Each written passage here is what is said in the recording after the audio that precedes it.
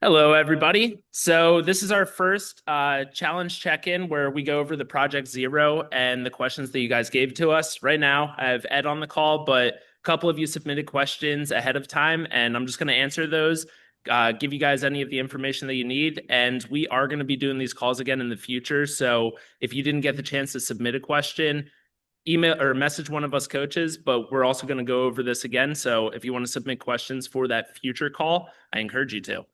So, to start out, the first question that I have is what is the best way to make sure that we are hydrating? I am using a straw during the day and start with 8 ounces of water with breakfast. Any other tips are appreciated. So, the first thing that I would point out is starting at the beginning of the day is, in my opinion, one of the most important things. You start your habits whenever you wake up. My first suggestion would be to make drinking water one of the first things that you do. Have a cup of water or a bottle of water next to your bed so that it can be just in your sight as soon as you wake up. And I would encourage you to try to get as much as you're able to down in that moment. So, not force feeding yourself water, but 6 to 8 ounces to start your day. That way, you know that you're not going throughout your daily routine, getting a shower, brushing your teeth, doing all the things that might take 30 to 60 minutes without getting that water in, and you can just get ahead of that. Basic things that I recommend are setting reminders on your phone. I know it can be a little annoying throughout the day, but having a simple reminder like an alarm, just reminding you to drink that water can be really effective. I encourage having multiple forms of hydration around you, meaning if you ever look at me whenever I'm coaching a class, chances are you're going to see a protein shake, you're going to see a water, and you're going to see a coffee sitting next to me. For me personally, because I tend to be so on the go and I don't always really remember to bring myself over to the water fountain, I try to have a bigger water bottle so that it lasts me throughout a longer period of time and I don't have any hurdles that are stopping me from getting that water. And as simple as that might sound to walking over to the water fountain, it's if I'm actually doing it, which is making the difference. So I would say making sure that you have what you need, which is that bottle or glass of water next to you at all times whenever you wake up, and then having the reminder to just continuously do that throughout the day. Me personally, as well, I do not set reminders on my phone because for me, my phone's going off all day with various messages and just different things that reminder might not be as effective for me. What I personally do, if you guys go into our bathroom, you see the chart on the wall, you'll see the different colors of urine, and it's pretty simple. If your pee is clear, you're fairly hydrated. If you're starting to see more of a yellowish tint to that, that's a sign that our body is dehydrated. And one thing that I want to point out about this is I think a lot of us might think whenever we see that yellowish color, that we can offset that by just drinking a bottle of water really quickly and then that's all taken care of. One thing that I've noticed is it will take a full 2 classes, so about a little over 2 hours for me to actually see a change in that color whenever I go to the bathroom. And that might be 2 to 3, possibly 4 water bottles in that period of time. So, what I'm getting at in a nutshell is try to do it continuously throughout the day. Whenever you do start hydrating at first, your body is not used to it. So, you might notice that you go to the bathroom more frequently. That's not going to be a forever thing. As soon as your body starts to adjust to those hydration levels, that will get better. But those would be my 3 recommendations. Wake up, make it the first thing that you do in the morning, set reminders in your phone, and always have water nearby. Now, I'm going to go on to the next question. What are some pre and post workout food ideas and why? So, pre-workout, my best suggestion well, first of all, this is going to depend on the time of the day. So, if you are somebody that comes into the gym at 5:30 a.m. in Nick's classes, I'm not expecting you to have as much fuel in your body as somebody that's coming in at 4:30 p.m. per se. At the same time, I don't even expect somebody getting up that early to really have a big breakfast before they go into that session. That's really all about what that person can handle. Um, what I would recommend is getting something in before you go into your workouts, some source of protein, some source of carbs. And if you can get the healthy fats, which typically aren't too hard to include into your meals, that would be beneficial as well. For somebody in the morning, I would say something as simple as a protein shake if you're able to, and maybe a banana. If you can't stomach that protein shake before a workout, that's okay. Get something in your body, even that banana, a piece of fruit, oatmeal, yogurt, something light so that you're not going to have it sitting heavy on your stomach while you're working out, but at the same time that you're not feeling hungry and deprived and you do have fuel to go through that. Now, what I think is more important about this aspect is what we're getting total through the day. So somebody that works out in the evening, they might be able to get a bigger breakfast in, where I would recommend somebody in the morning to have that light breakfast, but then think about what they didn't get beforehand, and let's include that after the workout. So somebody that works out in the morning, you might not have a full well-rounded breakfast before you go into that workout, but I do expect you to get enough protein, enough carbohydrates, enough healthy fats after your workout to replenish your body. And then know that you might be eating lunch sooner in a couple hours from that point. Um, Basically, what I'm trying to get at is regardless of what time of the day you eat, it's really important that we focus on those daily totals. So, not to kind of like just keep spinning my wheels here and repeating myself, but whenever you're looking at those daily totals, that might mean that before those workouts early in the morning, you have less, and then you kind of fill that in later on. You eat more after those workouts than somebody in the evening. I hope that makes sense. Um, in general, if timing isn't really an issue as far as what time of the day you're working out and you don't have an issue getting a breakfast in beforehand, I recommend eating anywhere from 20 to 40 grams of protein. And we can go more than that depending on what your goals are and just your body composition. This is going to be a little bit different for everybody. So I don't want to get too specific, but having a good source of protein, having a good source of carbs, and having a good healthy fat is important for every meal. Typically, my snacks, I will have more of a protein based snack with lighter carbs and lighter fat. My meals, I try to get a well rounded composition of protein, carbohydrates, and fat.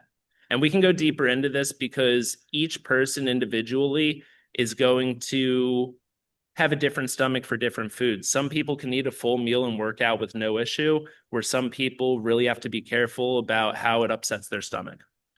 Going on to the next question. I can get my daily protein a bit over 100 grams. Need suggestions to reach my body weight daily. So I know the specific question, and I think that this is going to be really useful for a lot of you. So if you look at the goals that we set for everybody, we recommended 100 grams of protein per day, and that's regardless of what your goals are, how much you weigh, how much muscle mass you have. I want everybody aiming for that. And the reason for that is I am going to get a little bit more detailed here. So if you want to write this stuff down, it may be beneficial. You don't have to.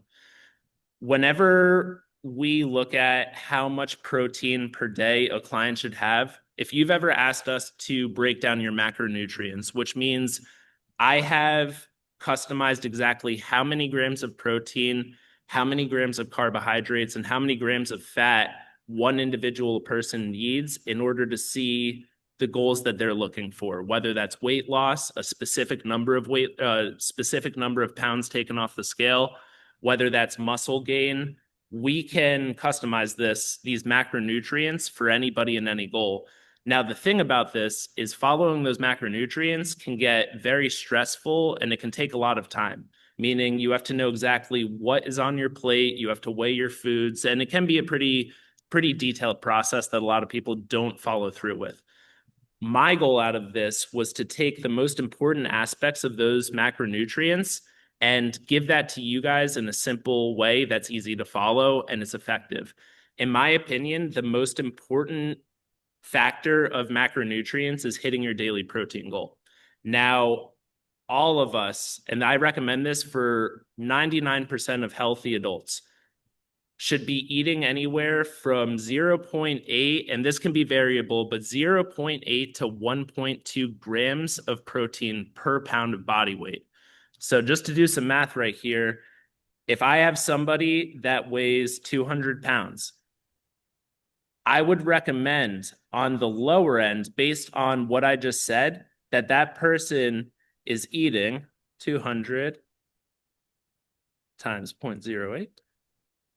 So that person that weighs 200 pounds would be getting about 160 grams of protein per day.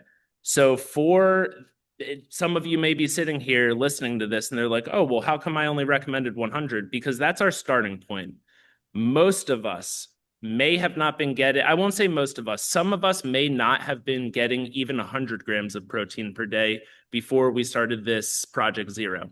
So now that we're a couple weeks in, I challenge any of you who have been getting that 100 grams of protein to seek out advice from one of us coaches so that we can make this more beneficial and effective for you.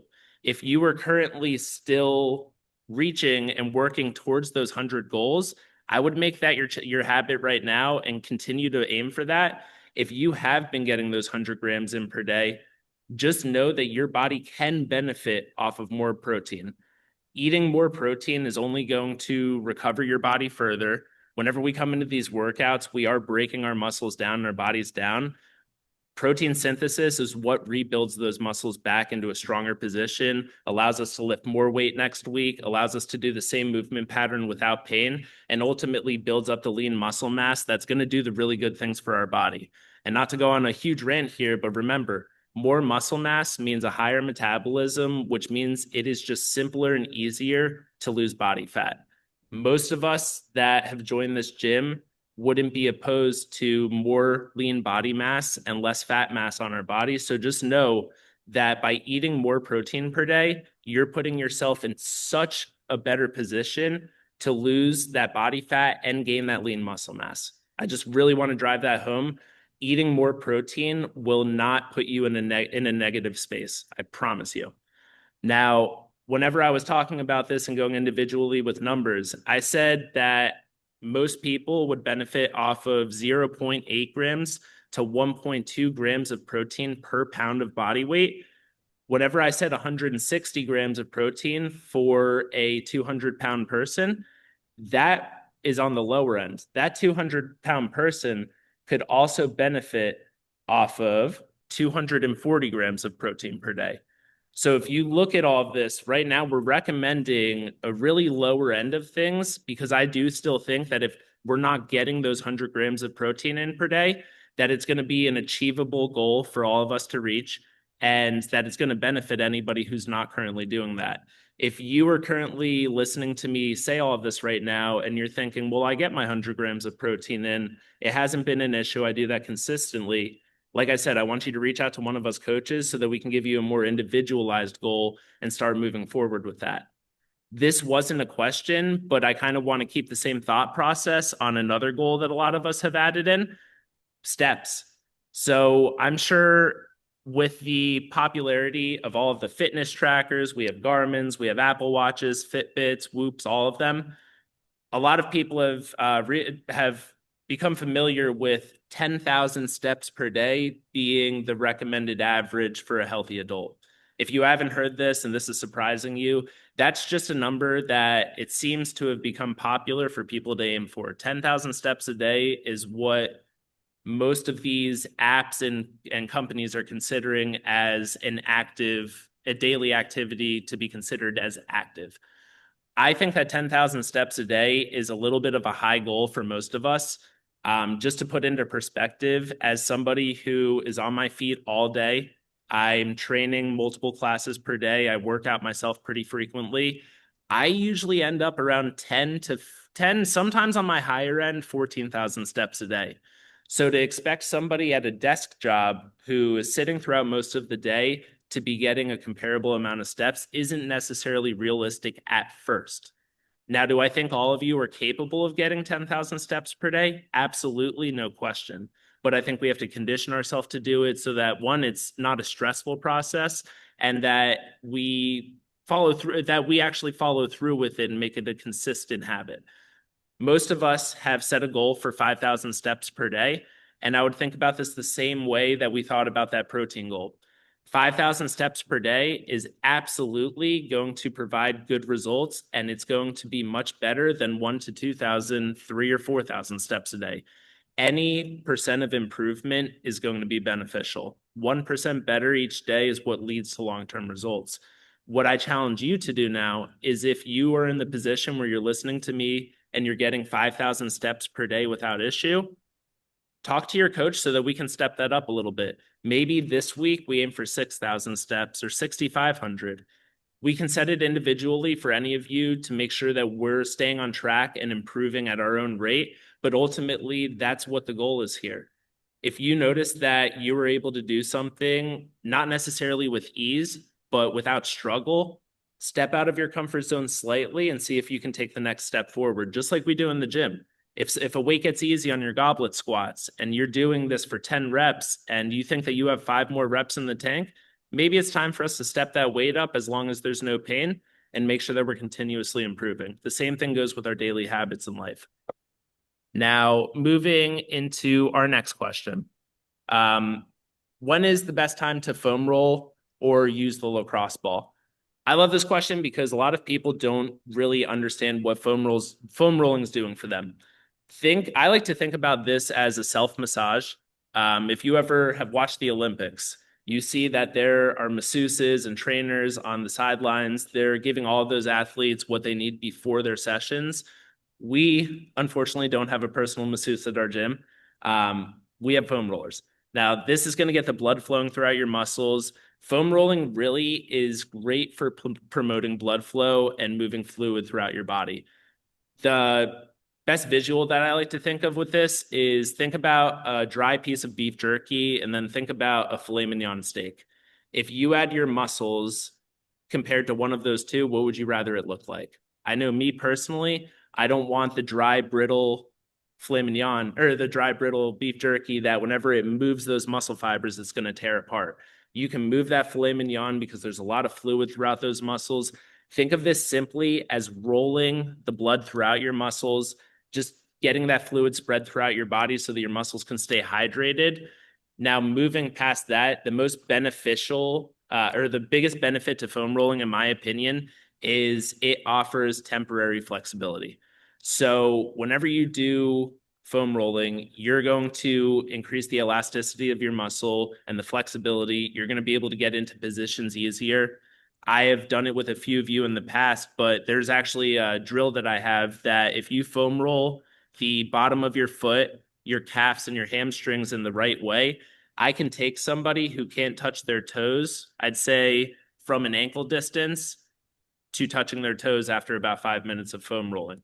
Now, the funny thing about this is, if I was to take that same person and try to have them touch their toes an hour after they foam rolled, they wouldn't be able to do so. So this temporary flexibility and mobility, there's a small window of it, and it lasts, I'd say, for about 30 to 40 minutes. But think about the timing of our sessions. That's just enough time to make sure that if you're somebody who is going into a deadlifts and you can't currently touch your toes, I would highly, highly, highly recommend foam rolling before that workout, because that's going to make sure that we can get down to the floor and grab that kettlebell or trap bar without the mobility restrictions, and we're going to be able to keep a straight back. Just think about it for what it is. If I am leaning over to do a deadlift and I have to round my back to get down to something, but after I foam roll, I'm able to get into that position much easier with a straight back, I'm less likely to injure my back throughout the movement. So it simply just makes exercise safer. There's a lot of debate on the effects of foam rolling in terms of recovery. It's debatable if foam rolling does help you recover or not, but there has been a lot of research that shows that it does provide that temporary flexibility and mobility. So I would highly recommend before sessions. Another reason that I like foam rolling, if you guys have ever got onto a foam roller a day after a workout when you're a little bit sore, it doesn't necessarily feel the greatest. It's a little bit painful. And I like to look at that as a good thing because it does increase your body's pain tolerance for whenever we go through workouts. Whenever we're working out, we put our body in uncomfortable positions. we feel a muscular burn whenever we start to challenge ourselves. And the more comfortable we can get with stepping out of that comfort zone. And whenever I say this, I want to really clarify that I'm talking about discomfort and not pain. So I don't want you getting comfortable with pain, but getting comfortable with that sore muscle feeling, with pushing your body through those ranges of motion and feeling those stretches. It's just going to benefit you later on and make you stronger mentally as well. Now, my last question is, we kind of already went over this, and I did want to touch back on what are some pre and post workout food ideas and why. But the question here is, what's more important, frequency of meals per day and the total calorie macro intake? I think that they're both important and they should both be paid attention to. For the sake of this call and the sake of what we're focusing on now, I will say that the daily total is more important than anything. And you can kind of tie that back into what I was saying with the morning client versus the evening client and the time of your day with the workouts. I know I explained that a little bit poorly. So daily, we want to make sure that, let's say somebody in the morning and the afternoon has the same goals, they might have to go about their day differently, but they're still ultimately aiming for the same thing and need to make sure that at the end of the day, they do essentially the same things to reach that goal. It might just be done in a different way. So if your breakfast is on the smaller end because you're working out earlier, that might mean that you have technically two breakfasts, one before workout and one after the workout. Like I said earlier, that one before the workout might be extremely light, and that one after the workout might make up anything that we missed beforehand. Whereas somebody in the afternoon can just get that whole meal in one take just because they don't have to go straight into a 5:30 workout. This is also me assuming that somebody might have a full stomach during a workout and they're not comfortable with that. If you don't deal with that issue, you don't even need to listen to that take. But at the end of the day, we want to make sure that we are hitting our protein goal, whether it's those 100 grams or if we're aiming for more after this call. We want to make sure that we're hitting that daily total every day. Would I prefer for that to be split up evenly across 3 meals and 2 snacks? Absolutely, because your body's just simply going to process it more. It's going to be an easier way for you to create a realistic habit that moves forward into the long term. Think about this. If we're getting home every night, like we had a crazy day, and I hope this isn't happening for anybody, but let's say we didn't eat all day. I don't want you having to force 100 grams of protein down in one sitting and then ultimately getting yourself in the habit of doing that regularly because it's really not great for your body. Your body's just simply going to feel better. It's going to be less stressful for you, and you're going to have a better routine if we were to split that up throughout the day. But for the time being, if we happen to miss breakfast and we need to have a bigger lunch and get that protein goal on track, I highly encourage getting more protein in that lunch to make up for it. To give you guys an example, and this might help with some of the pre and post food workout food ideas. For me personally, if I'm doing a morning workout, I will try to have some sort of solid food, like I mentioned, a banana earlier. I will also have a protein shake. Sometimes in that protein shake, I'll put something like a quarter cup of oatmeal. I might put a little scoop of peanut butter in that. I might drink one of those core powers that I buy from Wawa. But at the end of the day, I try to make sure that before I go into that workout, I'm getting a good source of protein. So in my protein shakes, they're typically about 40 grams of protein. Um, Pre-workout ideas that would be good. If you, we, all of us coaches have recipes for this stuff too. So if I'm saying this out loud and you're like, well, how do I make that? Just ask us. Overnight oats are a great option. You can make them the night before, have them ready in your refrigerator, and you can just eat it on the way to the gym. It'll take you 5 minutes. Protein shakes are one of my favorite because a protein shake doesn't have to just include protein. You can put any ingredients in that you want in there, blend it up, and it's still going to be liquid that sits easy on the stomach for the most part. Whenever it comes to solid foods, I love breakfast burritos. I I actually used to eat those almost every single day, and that was my way of ensuring that I got a consistent source of protein in. I would make them ahead of time, wrap them in a little bit of tin foil, pop it in the microwave in the morning, and you're good to go. Post-workout ideas. Now, I've been talking a lot about breakfast in the morning. We can talk a little bit about night and lunchtime as well.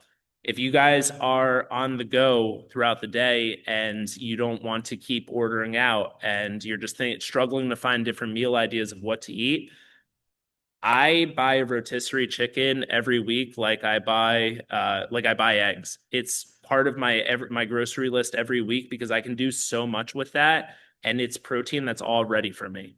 I also buy those bags of steamable rice. I try to get the ones without like a bunch of stuff and additives in them, but they sell them at Wegmans, they sell them at Giant. Just a basic white or a brown rice, and then from there I'll throw some sort of vegetable into it. I like hot sauce a lot, so luckily hot sauce is low calorie and I don't have to worry about adding on like a sauce with a ton of sugar or fats into it. But if there's a sauce of your choice that you enjoy, stay light with that sauce and flavor up your food a little bit with that. Rotisserie chicken, I have just to give you some of the meal ideas that I've done that you can do very, very quickly. I've made enchiladas with the rotisserie chicken. We've made pizzas with it. We've made really anything that you can make with chicken, you can just kind of strip off of that. But to put into perspective how easy it is, you literally just tear a little bit of the meat off, size of the palm of your hand, you get your serving of carbs and vegetables, and you have a meal right there. Um, Another quick tip that I think would be really beneficial, whenever you guys are cooking for your dinner, if you cook dinner regularly, I encourage you to cook extra protein. So if you're having chicken or steak one night for dinner, cook yourself an extra steak. Whenever Jenny and I are cooking, I'll cook a third steak so that I have something for the next day and I can have lunch and I just have to think about heating up that bag of rice and getting a vegetable into it. Um, every person's going to be a little bit different on what works best for them as far as like the meals that they have access to. If you're familiar with cooking, there's so many different factors. My best advice with a lot of these questions would be reach out to us coaches so that we can give you an individual answer for you specifically and kind of talk about the struggles that you have with getting these habits implemented into your day, and we can help you out with that more detailed. Now that was the last question that I have for today. So Ed, you're the only one on the call with me, so I'm gonna put you on the spot right now. Do you have anything that you want to go over? I don't. I'm on here by accident. I was actually supposed to be on with Nick, but um, it's. I found it very useful, though. A lot of this stuff I really wasn't aware of, so I found it very useful. Particularly the protein amounts and that kind of stuff, Yeah. and the before and the after meals and eating. I'm one of those that can't. I usually go at 8 in the morning, but I'm one of those that can't have much in my stomach before I Yep. work out. So, One but thing I with this, usually go ahead. sorry, no, I didn't mean to cut you. Go ahead and No, continue. that's all right. I mean, I usually have oatmeal in the morning, like an hour before, coffee with a protein powder in it. And then when I get done, I get home, I have like a 40-gram protein shake. But other than that, I don't have much. So I think I need to build up my post-workout food intake, I think. And what I have noticed with macronutrients, and I really, really want to clarify this for everybody. I've been training for 10 years, a little over 10 years now. I have seen, I'd say, less than 5% of my clients follow through on a macronutrient diet because they are it's a very detailed process. It can be very stressful and it can be very hard to maintain long term. If you go out to eat, if you want to go out with your friends, all of these things need to be factored in. And that's why I typically don't recommend them for many people because it is so hard. It's hard for me as a fitness professional to uphold that. So I would recommend that's really why we gave you guys the goals that we did, because we think that of what we offered, these are going to be the most beneficial for you to focus on for the time being. Um, my takeaways from this call. aim for those 100 grams of protein. And if that's becoming easy for you, know that you can benefit off of more, and let us coaches guide you through that. Another thing, whenever we're talking about adding more into our days, this is all new to us. If you're not used to adding this much protein, it will take some time to think, to sit down and like kind of create a plan. Like, okay, maybe I have to start adding this into my day. Maybe, and that's what I want you guys thinking about, because these are all going to lead to better results and just benefit you overall. But for Okay. anybody else that's watching, please reach out to us coaches, because that's what we're here for, to help you guys out with this stuff. Every person is going to have their own questions, probably based off of some of the stuff that I said today. So please reach out and let us know, okay? Have a great weekend. Happy Friday, everybody. Okay. Thank you Thanks. for joining. Good. And okay. Thank